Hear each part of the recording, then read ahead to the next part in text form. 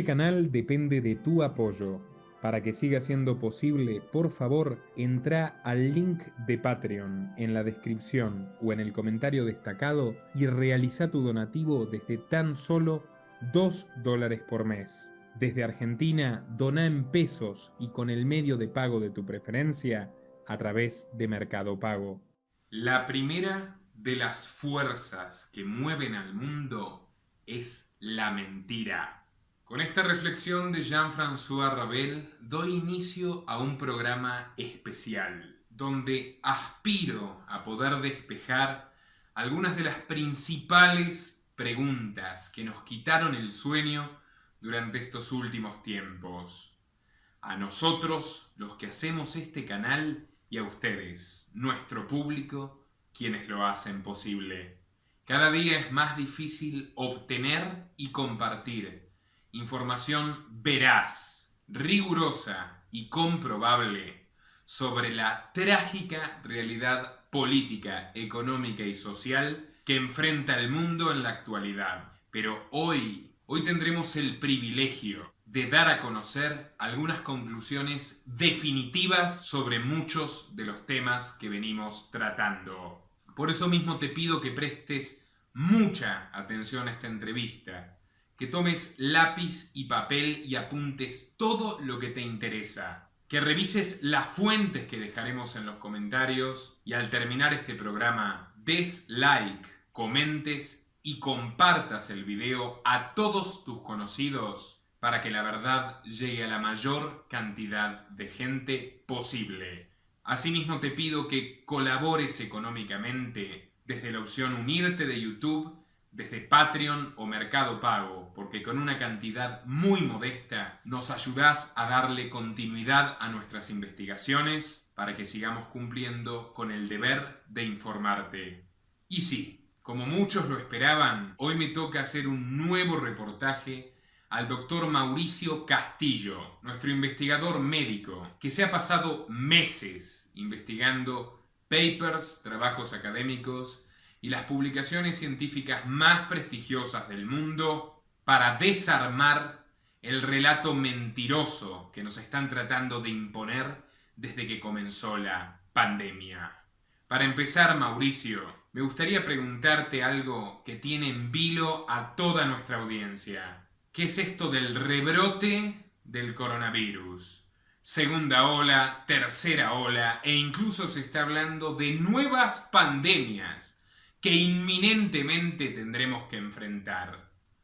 Todo esto me luce a estas alturas y después de tantas charlas contigo y de darle mi propio abordaje periodístico a que ya nadie disimula que todo se trata del control social y de dominar a la gente con el terror. ¿Qué puedes decirnos tú desde tu perspectiva médica sobre la posibilidad de los rebrotes y las nuevas olas pandémicas que justificarán tenernos encerrados, vaya a saber cuántos meses o años más? Hola Nico, el gusto es mío. La verdad es que debo darte las gracias por poder presentar estas investigaciones que hemos estado haciendo todos estos meses de la pandemia o plandemia, a la cual hemos estado afectos prácticamente todos y hemos estado compartiendo todos estos meses de hartas reflexiones, de harta análisis de la realidad. Y la verdad es un agrado el poder mostrar todo este trabajo de investigación, específicamente de medicina basada en evidencia, revisando las bases Cochrane, la base PubMed y todas aquellas fuentes de información del área de la ciencia de la medicina que nos permitan en el fondo poder descubrir qué hay tras una u otra medida sanitaria a las cuales nos hemos visto sometidos todos. Que vuelva o no haber más peste, la verdad es que las pestes son parte de la historia de la humanidad. Cuando la humanidad se termine, se van a terminar las pestes. Ahora la frecuencia de las pestes ya son un poco más cuestionables. La verdad es que las pestes son ciclos, no son cortos. Que están apareciendo brotes de epidemia cada 3 años, ya hay que empezar a investigar otras cosas. Si aparecen nuevas pestes, si aparecen nuevas epidemias, la verdad es que es raro. Ya vemos que últimamente hemos encontrado que se patenten virus, que tiene personas como la Fundación Bill y Melinda Gates, virus que están siendo registrados en base de datos. Sabemos que hay laboratorios que tienen virus, que se ha producido virus quimérico, hasta reconocido el trabajo en la revista Nature. Así que no sería nada raro en realidad si vuelvan a aparecer nuevas epidemias y ya vamos a ver quiénes están detrás. Lo segundo, la segunda pregunta, si podría haber un rebrote o si podría haber una segunda ola, vamos a coincidir con el ex delegado del Consejo Europeo en el área de salud, Wolfgang, un doctor, ¿no es cierto?, que ha sido bastante crítico y que estuvo precisamente ligado en la condena del 2009 de este Consejo a la Organización Mundial de la Salud, acusándolo de ser un organismo permeado absolutamente por la industria farmacéutica y cuyas decisiones, la verdad, específicamente en el área del manejo de la pandemia del H1N1, fue desastrosa, basado en mentiras, basado en intereses de tipo comercial ligados a las farmacias, etc. Bueno, como dice Wolfgang, no hay ninguna evidencia científica que abre que venga una segunda ola. No existe. No existe en el área de la medicina y en nada, ni el comportamiento de otros aspectos. Puede tal vez que haya otros casos infectados y todo, pero hablar de una segunda ola, eso no tiene ningún respaldo científico, que es lo mismo que ocurrió con el tema del confinamiento. Que, ¿no es cierto?, después de la última revisión que hicimos, ¿no es cierto?, vimos que era algo que ni siquiera existía como concepto en la medicina, ni la epidemiología, ni la fisiología, sin nada. Bueno, segundo, si se habla de un segundo brote, ese segundo brote o segunda ola, la verdad, no tiene ninguna base científica. Ahora, ¿cuál es la razón, no es cierto?, que tenemos que la prensa permanentemente está hablando de la segunda ola? Y aquí yo tengo, por ejemplo, periódicos acá en Chile donde hablan ante una eventual segunda ola, se lo busca sumar camas UCI, etcétera, etcétera. Ahora vamos a tratar de hacerlo lo más simple, no es un concepto fácil de digerir, ¿ya? Pero las epidemias tienen un elemento que es el más crucial y que es el más importante. Y a partir de ese elemento es todas las decisiones que yo debo tomar como médico y como epidemiólogo, ¿no es cierto?, con respecto al abordaje y al ataque de una epidemia. Hay un epidemiólogo del siglo pasado llamado William Farr. William Farr. ¿Qué dice William Farr? William Farr dice que la tasa de mortalidad es un hecho. Tenemos un hecho que la gente se muere al ser afectado por la epidemia. Cualquier cosa más allá de esto es una inferencia. Entonces, aquí lo que dice William Farr, que lo más importante es la tasa de mortalidad. Y a partir de la tasa de mortalidad se deben inferir todas aquellas políticas, ¿no es cierto?, específicamente en las áreas médica y de tipo epidemiológica. La tasa de mortalidad. Todo lo demás que uno escuche, que el aumento de la tasa de contagio, que la positividad, eso, ya lo decía el doctor Farr, es solamente inferencia o imaginario. Entonces, Farr describe una ley que indica que la infección, ¿no es cierto?, tiene una curva que alcanza un pico y después tiene un declive. Yo acá la dibujé de manera bastante artesanal, pero prácticamente todas las infecciones de distinta naturaleza, virales o incluso bacterianas, tienen una curva de comportamiento que tiene una curva, tiene una cima y después un declive. Esta es la forma de las curvas de mortalidad de las infecciones en general. Ahora, Farr lo que nos dice es que a partir de esa forma de curva que tiene una característica que es como un techo, ¿no es cierto?, y cuya cima es la tasa donde se mueren más cantidad de personas, eso es, a partir de ese dato duro, es cuando son las medidas que deben tomar los médicos sanitarios. Veamos entonces la curva de Estados Unidos. Es muy parecida a lo que yo les dibujé, es decir, tuvo un ascenso, tuvo una cima, que son los días donde muera más gente, y de esto empieza finalmente a decaer, empieza a morirse cada vez menos personas, hasta que finalmente ya la infección clínica desaparece, como epidemia desaparece. Aquí tenemos un gráfico que muestra el comportamiento en Chile, la misma curva, y esta curva después se las voy a mostrar, es muy parecida y muy similar en casi todos los países. Y hayan asumido confinamiento extremo, hayan asumido confinamiento inteligente o no confinamiento, o el caso de Suecia, no haber asumido absolutamente nada. Entonces hay un epidemiólogo que se llama John Ioannidis de la Universidad de Stanford. Él hace un metaanálisis de más de 20 trabajos y Ioannidis descubre una cosa que es muy importante. A partir de ahí vamos a inferir lo que les voy a comentar. Entonces, Ioannidis, que es un epidemiólogo de la Universidad de Stanford, o sea, no es cualquier epidemiólogo, él habla que encuentran en estos trabajos lo que se llama el análisis de la tasa de mortalidad por infección, que en inglés se describe como con la sigla IFR. O sea, el IFR es la tasa de mortalidad por infección, que es la probabilidad de morir, o sea, es la probabilidad de que alguien muera al ser infectado. Entonces, la tasa de mortalidad por infección es la probabilidad de morir de una persona infectada por un virus o por otro germen. ¿Y por qué es tan importante este valor IFR, esta tasa de mortalidad? Porque a partir de este valor es que yo debo tomar las medidas sanitarias distintas, ¿no es cierto? Ya que este valor está directamente relacionado con la carga de mortalidad total. Sabiendo esto, yo voy a saber más o menos cuánta cantidad de gente va a morir más o menos. Y a partir de eso, entonces, es que asumimos decisiones no farmacológicas. Entonces, si el IFR es un valor elevado, va a obligar a que efectivamente hay que tomar medidas agresivas, severas, que van a provocar mucho daño colateral. Por ejemplo, las cuarentenas y el confinamiento. ¿Por qué van a provocar mucho daño? Solamente como a un pequeño resumen, se calcula que producto de esta epidemia del COVID vamos a tener 150 millones de desempleados, vamos a tener los países ultra endeudados, inflaciones. Vamos a tener que la FAO ya calculó solamente para América Latina más de 20 millones de aumento de niños que van a padecer hambre.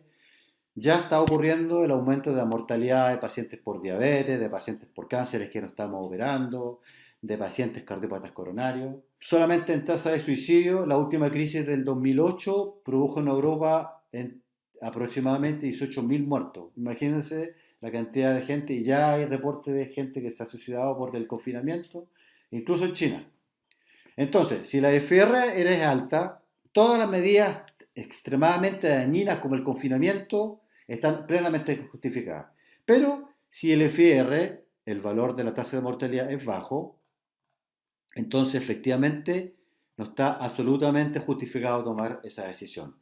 La OMS, basado en los primeros datos que reportaron los chinos, que efectivamente después descubrimos los chinos en realidad presentaron datos muy bonitos al principio y después se ha descubierto en realidad toda una trama de mentira, de desinformación, y por lo tanto los chinos en este momento, por lo menos en esa área, son absolutamente personas de cero credibilidad en las informaciones, porque vimos que se alteraron, vimos que hicieron desaparecer médicos, que cambiaron las condiciones, etcétera, etcétera. Bueno, a partir de esos primeros datos que no tenían una certificación científica, ellos calcularon la tasa de mortalidad bruta en 3,4%. ¿Qué significa 3,4% como tasa de mortalidad bruta? Significaba que a partir de ese cálculo y todas las estimaciones posteriores íbamos a tener más o menos que el 80% de la población mundial iba a ser afectada, y eso iba a producir aproximadamente 50 millones de muertos. La verdad, ni siquiera llegamos a los 700.000, si es que no he revisado los últimos datos estos últimos días, ni siquiera hemos llegado al millón.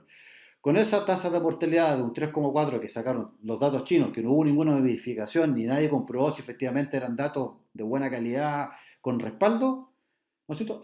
La OMS se tomó inmediatamente porque prácticamente una predicción que tiene mucho que ver con el tema de la influencia ¿no es cierto?, que tiene la OMS con China, y extrapolaron que el IFR, que es la tasa de mortalidad, que yo les dije que tenía un valor que puede ser elevado, y eso justifica todas las medidas dañinas, y si es bajo, no.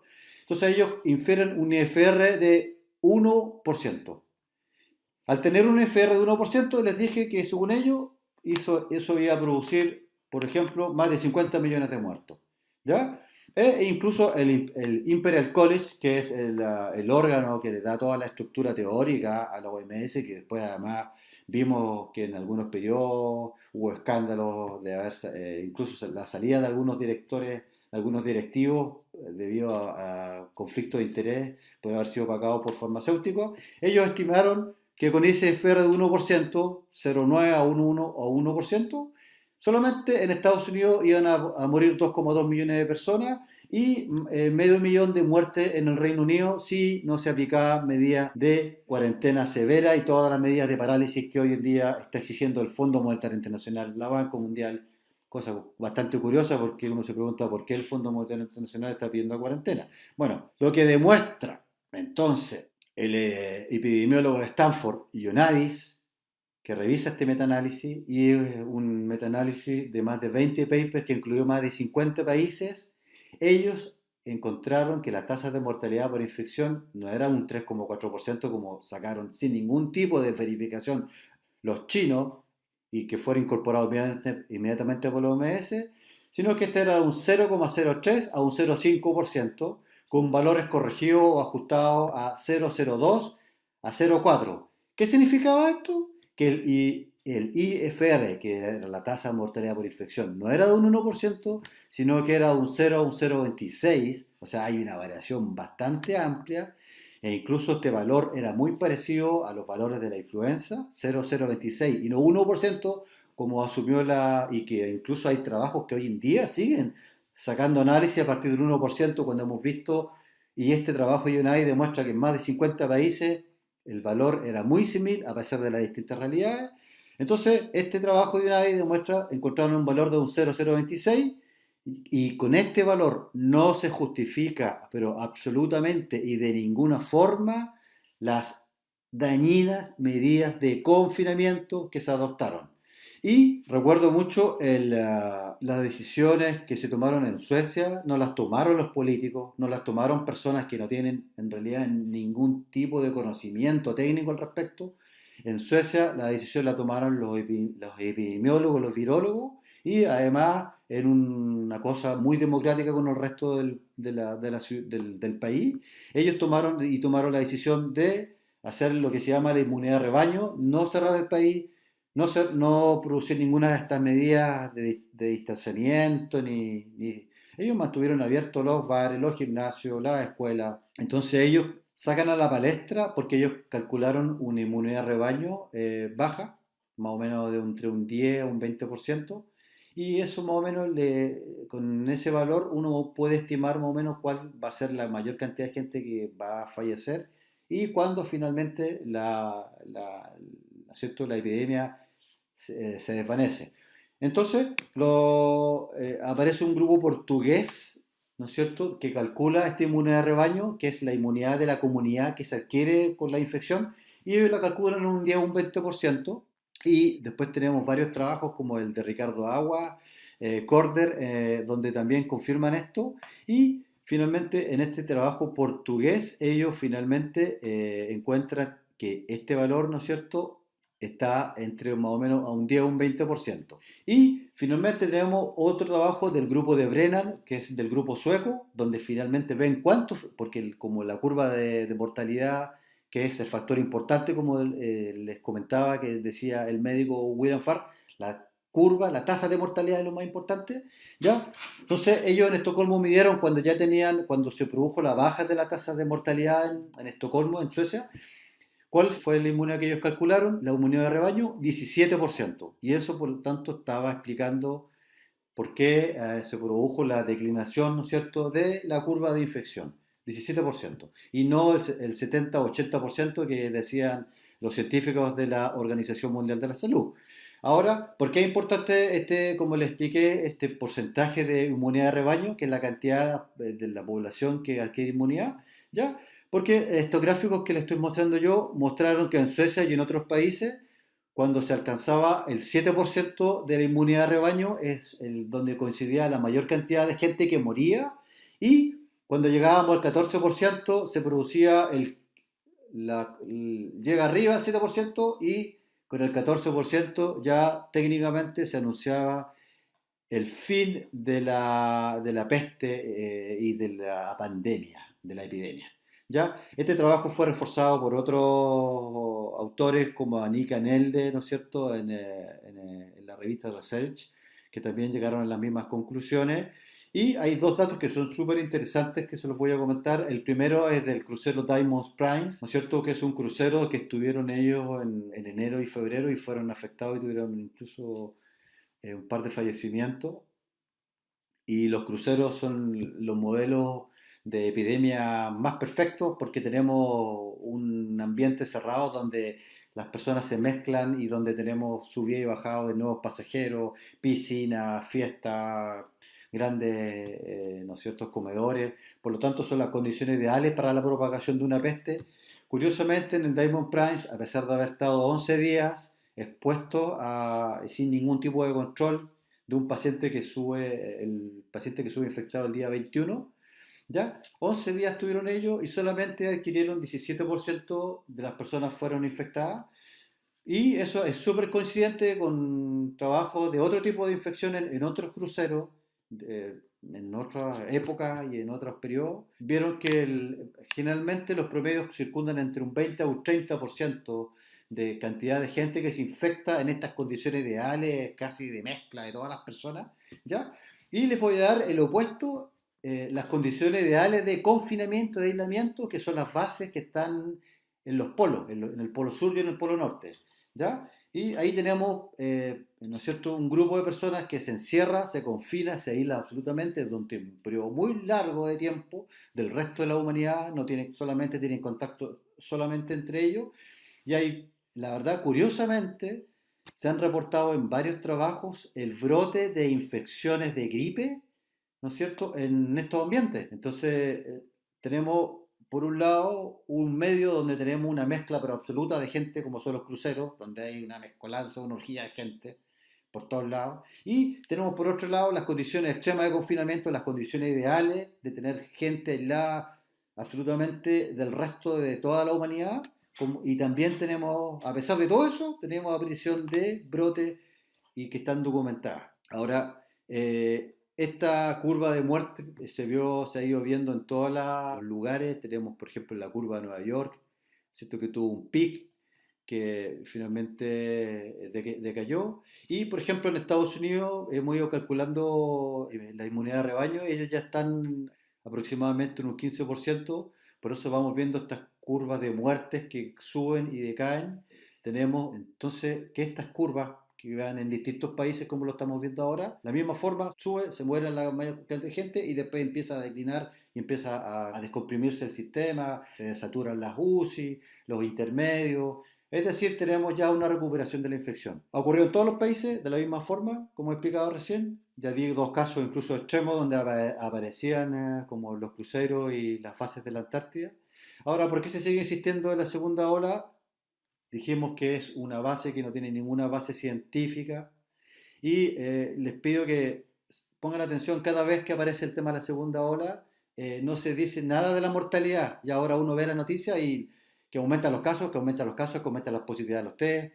Por lo tanto, están mintiendo y siguen de alguna forma tratando de forzarnos a seguir en esta cuarentena, ¿ya? Y para rematar finalmente esta explicación, ¿no es cierto?, que lo más importante es la tasa de mortalidad y lo que se llama la tasa de mortalidad por infección, que es el IFR. Ese IFR bajo, por lo tanto, científicamente y con pruebas de revisión de medicina basada en evidencia, las decisiones de la Organización Mundial de la Salud fueron irresponsables y están produciendo un daño severo y terrible a los seres humanos. Entonces, como dice el epidemiólogo, ya, como dice el doctor Michel Levitt, también epidemiólogo de la Universidad de Stanford, él dice que para alcanzar finalmente la inmunidad y el quiebre definitivo de la infección, se iba a producir con un umbral de rebaño entre un 10 y un 20%. Y finalmente, para rematar lo que estoy conversando, este es el último reporte de una de las revistas más importantes de medicina, la revista Lancet, ya en un análisis sobre medidas de los gobiernos sobre esta infección del COVID-19, donde finalmente tienen que reconocer el fracaso del confinamiento y dice específicamente en las conclusiones, Las acciones gubernamentales como el cierre de fronteras, el cierre total y una tasa alta de pruebas de COVID-19 no se asociaron con reducciones estadísticamente significativas en el número de casos críticos o la mortalidad general. La segunda ola es una mentira, no tiene base y sustento, lo hemos visto. Contundente, Mauricio, contundente y conciso como siempre. Ahora me nace preguntarte qué avances has tenido en tu refutación de la eficacia del confinamiento, de la cuarentena, del aislamiento compulsivo y obligatorio con el cual han encerrado al 90% de la población mundial. Porque cuando empezamos todo esto, recuerdo que demostraste que no estaba probada la eficacia de esta técnica. Pero con el paso de los meses, las nuevas publicaciones y el avance de tus estudios, creo que ya estamos en condiciones de decir que el confinamiento es directamente inútil o incluso nocivo. ¿Qué podrías decirnos al respecto? Mira, Nico, la mejor respuesta es la que da el mismo Lancet, la revista más importante de medicina del mundo hoy en día. Se supone que la revista más seria. Ellos acaban de publicar un paper que es un análisis de las políticas aplicadas por los gobiernos, especialmente el tema del confinamiento. Y la conclusión del Lancet reconocen que fue absolutamente un fracaso el confinamiento, y les voy a leer, pero en forma literal, la conclusión de este artículo de ahora de julio. Las acciones gubernamentales como el cierre de fronteras, el cierre total y una alta tasa de pruebas COVID-19 no se asociaron con reducciones estadísticamente significativas en el número de casos críticos o la mortalidad general. Es decir, el mismo Lancet reconoce que el confinamiento fue un fracaso. Ya lo vimos en el trabajo de Selma, que el confinamiento ni siquiera tiene un respaldo científico. Nunca se había utilizado el tema del confinamiento y incluso se empezó a aplicar el tema de la cuarentena, que eran cosas que se utilizaron desde el siglo XVI. O sea, estábamos en el siglo XXI, en pleno Big Data, y aplicando, ¿no es cierto?, políticas del siglo XVI. El confinamiento es un absoluto fracaso. Y les voy a dar incluso dos ejemplos que son tal vez uno de los más importantes de estos ejemplos. Hay varios reportes de aparición de brotes de infecciones en las condiciones de confinamiento ideales. ¿Cuál es un área de confinamiento ideal? Las bases que están en los polos de nuestro planeta, en la Antártida y en la Antártica. La gente que vive en esos lugares vive totalmente aislada, confinada y sin ningún tipo de contacto con el resto de la humanidad por largos periodos de tiempo. Hay varias publicaciones científicas que demuestran aparición de brotes de gripe en muchos lugares distintos, y hay uno, que es el que estamos viendo ahora, que es la aparición de un brote de gripe en una base inglesa en el año 73, ¿no es cierto?, que tenía una cantidad total de 17 personas que ingresaron a la base en marzo del año 73 y iban a salir de la base en diciembre del mismo año. ¿Qué significaba eso? Que ellos ingresaban desde marzo, llegaban a la base y de ahí estaban muchos meses sin ver absolutamente a nadie, ni tener contacto con absolutamente nadie. Entonces, por lo tanto, según las definiciones del confinamiento, que se supone que aíslan una infección, en ese lugar no debería haber ocurrido nunca una infección. Falso. Hay varios reportes de muchas bases que han tenido este tipo de problemas, y específicamente en este reporte que estamos viendo ahora, 17 personas donde aparece un pic de gripe en julio. Aparece el primer infectado en julio sin haber tenido solamente contacto entre ellos 17, y se afectan curiosamente 6 de las 17 personas. Entonces tenemos el primer ejemplo de fracaso absoluto del confinamiento, que haya un confinamiento extremo con una base en la Antártida y que aparezcan igual brotes de infección. Significa que el confinamiento, en realidad, imagínense si esto lo relacionamos además en el continente donde hay una absoluta mezcla, incluso con confinamiento. Igual se moviliza un reducido grupo de personas, pero es permanente. Entonces ya tenemos el primer ejemplo extremo de confinamiento ideal, absoluto. Igual aparecen infecciones como las bases que están en los polos de nuestro planeta. Y tenemos el otro extremo, situaciones ideales para que una infección, ¿no es cierto?, se disemine, como son los cruceros. Y tenemos el Diamond Primes, que a pesar de haber estado casi 11 días sin ningún tipo de medida y con un caso que llegó el día 21 de enero, que se subió al barco uno de los turistas y estuvieron 11 días y solamente se afectó el 17% de toda la gente. Y eso significa que los otros 70 y tanto, 78 y tanto por ciento no se afectó a pesar de haber estado todos mezclados en las situaciones ideales de mezcla. Eso es luego el segundo ejemplo. Y también no se ha visto que en los cruceros, como les dije, en muchos trabajos que en otro tipo de infecciones han visto que en promedio entre un 20 a un 30% de la cantidad total de pasajeros que se infectan a pesar de tener las condiciones ideales.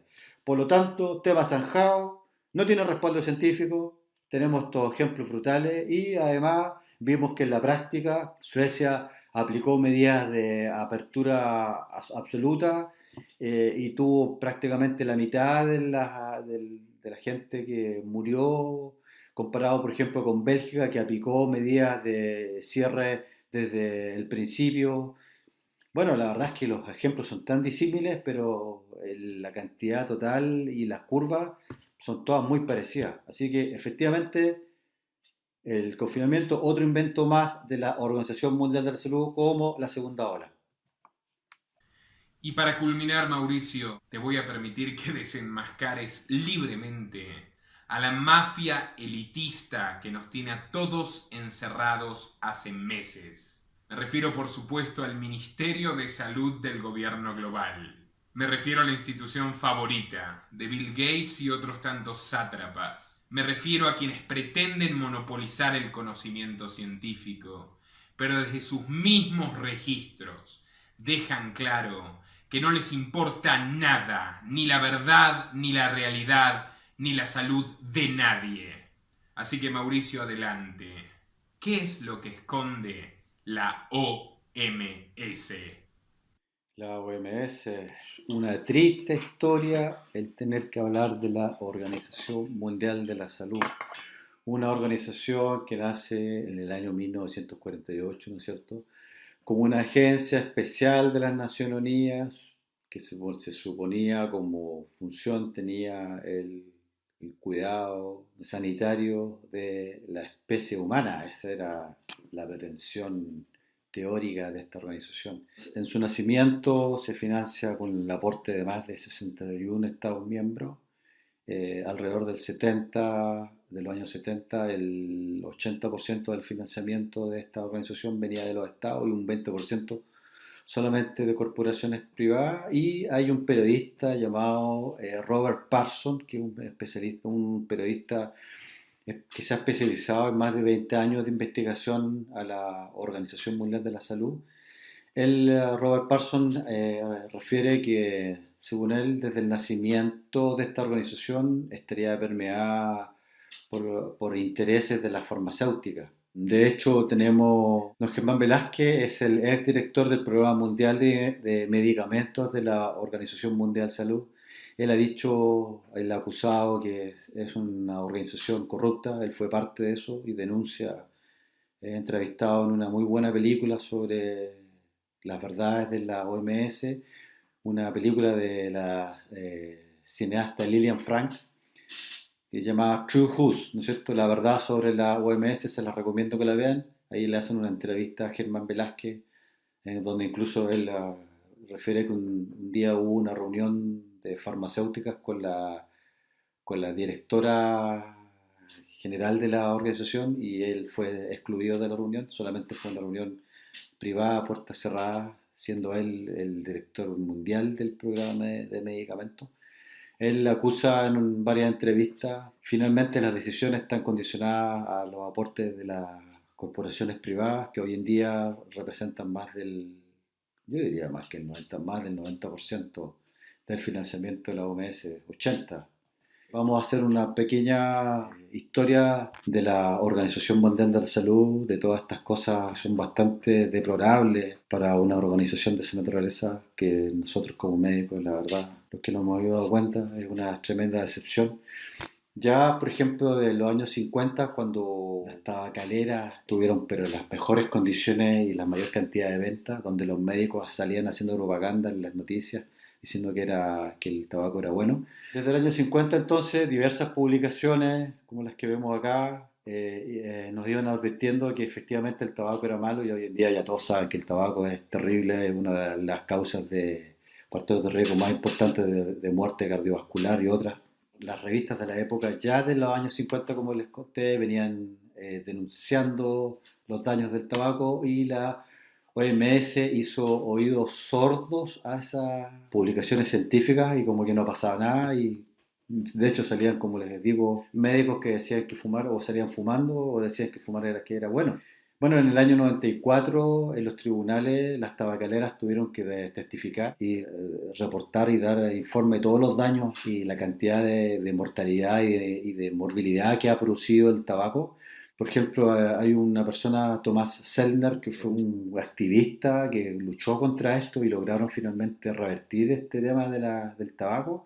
Ellos incluso decían que la OMS y las tabacaleras que incluso compraban a los científicos para que le hicieran defensa y parece que era verdad.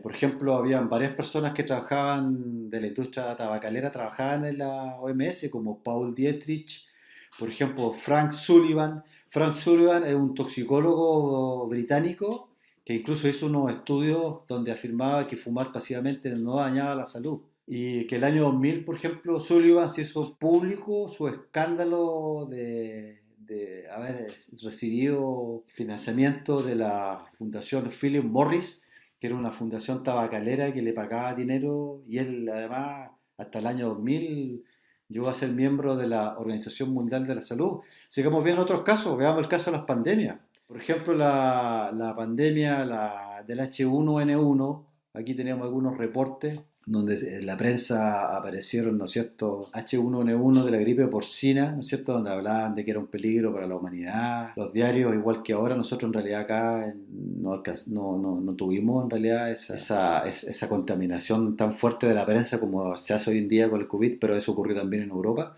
donde salía, ¿no es cierto?, que se iban a morir más de 2 millones de personas. Bueno, ¿qué pasó sobre esa gripe de la falsa pandemia del SARS de esa época?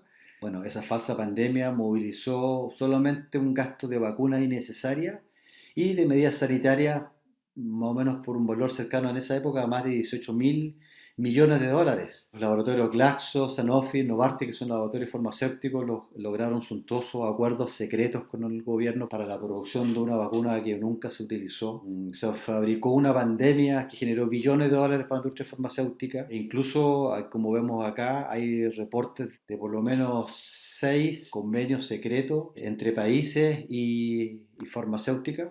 Por ejemplo, solamente el laboratorio Sanofi en Francia obtuvo ganancias por una vacuna que nunca se utilizó, equivalente a 2,26 billones de dólares. Imagínense lo que está ahora en esa misma línea, como les explicaba recién, que las tabacaleras colocaban científicos y personas que trabajaban incluso en la OMS con el tema de los laboratorios farmacéuticos y los que producen vacunas, ocurrió exactamente lo mismo. Por ejemplo, tenemos miembros de la OMS como Neil Ferguson, que trabajó para el laboratorio Glaxo, el Baxter y el Roche. Tenemos Albert Oorthaus, ¿no es cierto? Él es un veterinario y virólogo, un ex consultor de la Organización Mundial de Salud hasta el año 2007, que incluso él perdió su derecho a ser parte de la Comisión de Salud holandesa cuando se descubrió que recibía financiamiento de varios grupos de la farmacia, cuando él presidió el grupo de investigación de la gripe. Entonces este caballero fue acusado por eso. Aquí tenemos algunos, para que puedan ver ustedes, los distintos convenios secretos de una vacuna que generó billones de ganancias y que nunca fue utilizada. Por ejemplo, la subdirectora general de la Organización Mundial de la Salud, Marie-Paul Kienri, ella tuvo sus inicios en una farmacéutica, la francesa Transgene, y hoy en día es una persona que está dando recomendaciones, o sea, el grado de conflicto de interés aquí es monstruoso. Tabacalera, La industria farmacéutica. El Consejo Europeo hizo una investigación, el Consejo de Salud Europeo de esto, y descubrió que había una falta de transparencia en el manejo de la pandemia del 2009. Margaret Chan, la directora de la época, de esa época de la OMS, incluso justificaba de que según ella, donde no tenía tanto dinero, era totalmente justificado que estas farmacéuticas que mueven millones y millones de dólares fueran parte de las decisiones.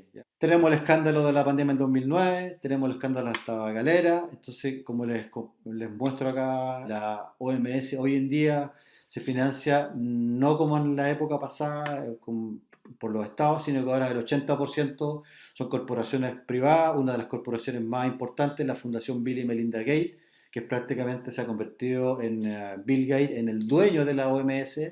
Incluso le dicen el, abre comillas, doctor de la OMS, siendo que ni siquiera él no tiene un título de médico de ninguna forma, ni siquiera, yo creo que debe ser hasta un ignorante con respecto al tema. Aquí vemos a este caballero que es prácticamente el señor feudal de la OMS. Aquí tenemos distintos artículos que habla, la OMS recibió más de 90 millones de dólares de donaciones de grandes farmacias. Aquí tenemos el ejemplo de donaciones de Bill y Melinda Gates, ¿no es cierto?, hasta la misma OMS. Sigue la lista y lista de laboratorios farmacéuticos que van financiando. Aquí tenemos a este famoso doctor Bill Gates, que no es doctor en realidad. Aquí tenemos distintas acusaciones del director actual, el biólogo Andron Adhanom, director de la OMS, que fue acusado de no dar curso a una epidemia de cólera que ocurrió en su país. Encubrió la epidemia de cólera para no afectar el turismo, que genera un par de millones.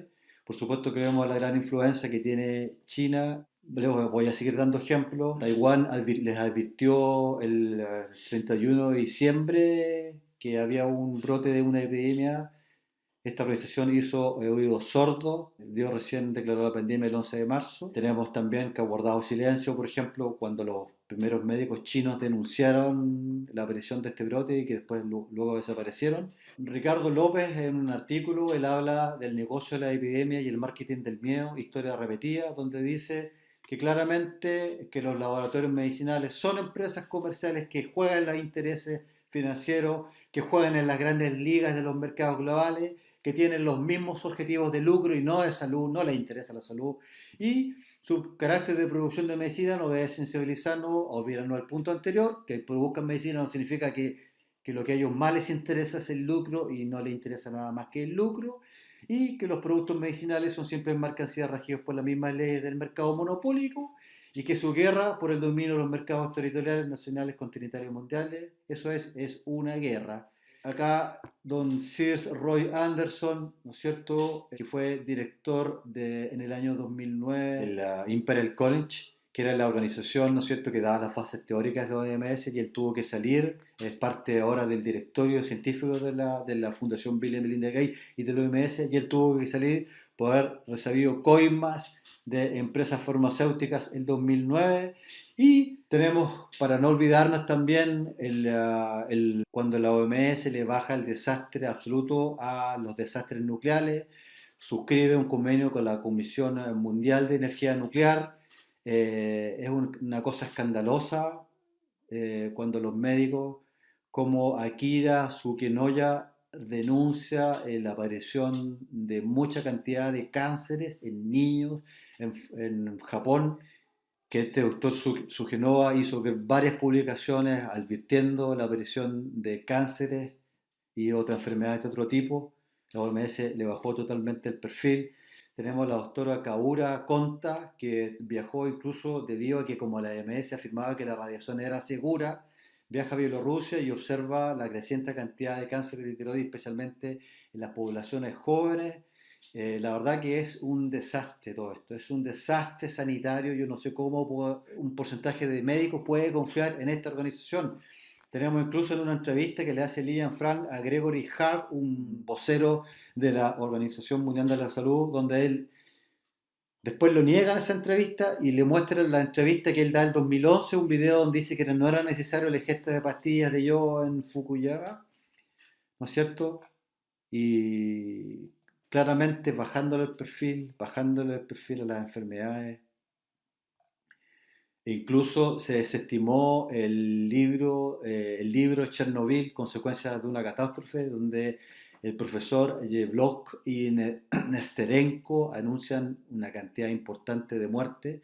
De hecho, si ustedes observan el sitio de la OMS, que se lo pueden ver acá, ellos reportan solamente 50 defunciones y la verdad es que la cantidad de gente enferma que ha ocurrido con esto, por lo tanto, la Comisión de Energía Atómica, ¿no es cierto?, finalmente celebra en Viena una reunión con la OMS donde sellan un pacto y tenemos a científicos como Ian Fallier, ¿no es cierto?, que es un biólogo experto en radiación que no fue invitado a esta reunión y él habla de que todos los científicos que tenían una posición crítica eran excluidos y solamente al final aparecían científicos que tenían de una u otra manera ligazón con la Comisión de Energía Nuclear y la OMS a pasar de eso, ¿no es cierto?, hizo oídos sordos. Por ejemplo, María Neira, miembro una directora importante de la Organización Mundial de la Salud, en una entrevista con Lilian Frank justifica que haya habido científicos que colaboraron con informes que fueron peligrosos, especialmente en términos de la radioactividad, y atribuye a que los científicos que se oponen a esto hacen una mala campaña a la OMS. Y finalmente, para terminar, el relato de esta organización, que realmente es una organización siniestra, perversa, que no tiene ningún interés en la salud de la población ni de la salud nuestra. Voy a dar los últimos ejemplos: el no reconocimiento de la Artemisa debido a la operación, que es una planta que tiene efectos beneficiosos, pero los grupos de farmacia presionaron y la OMS la bajó al perfil, acusada de negligencia en el manejo de enfermedades tropicales. Finalmente, la conclusión del doctor Woodard, el expresidente del Comité de Salud de la Asamblea Parlamentaria del Consejo Europeo, donde critican a la OMS por un manejo excesivo, de excesiva influencia de científicos y técnicos de la industria, la falsa alarma del H1N1 que produjo un gasto y ganancias pero gigantesca para las farmacias, declarar seguro el glifosolato, que es un herbicida, a pesar de las muertes que produjo, la actitud miope de esta organización en la contaminación de las industrias petroleras de África y minimizar, por supuesto, los acuerdos del desastre nuclear debido a los acuerdos que tiene con la Comisión de Energía de Radiación Mundial.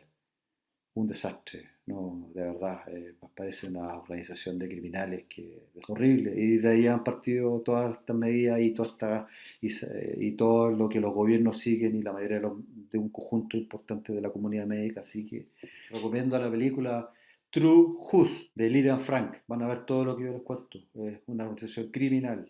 No podemos seguir callados con esto los médicos, no podemos seguir callados. Muchísimas gracias, Mauricio, por tu participación. Valoro infinitamente tu esfuerzo y la rigurosidad de tu trabajo. Y a ustedes que están del otro lado, les insisto, compartan este programa a absolutamente todos sus conocidos y colaboren económicamente para que nuestro trabajo siga siendo posible. Pero ante todo, les pido de corazón que más allá de despertar conciencia o de adquirir este nuevo conocimiento, reunamos el valor para decir basta a esta farsa miserable. Porque las personas están muriendo de hambre, están desesperadas, están muriendo de infartos, se están suicidando ante el colapso absoluto de nuestra civilización en favor de unos pocos delincuentes sin escrúpulos que, apoyados en una estructura criminal que son los estados de todo el mundo, nos están empujando al abismo. Así que ahora, más que nunca, creo que llegó la hora de ponerles freno.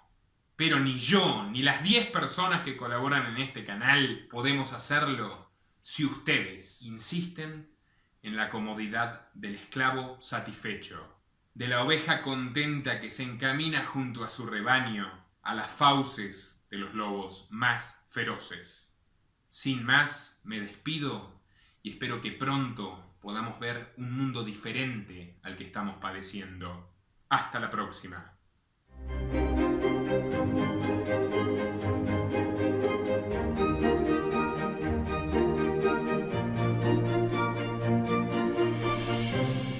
Este canal depende de tu apoyo.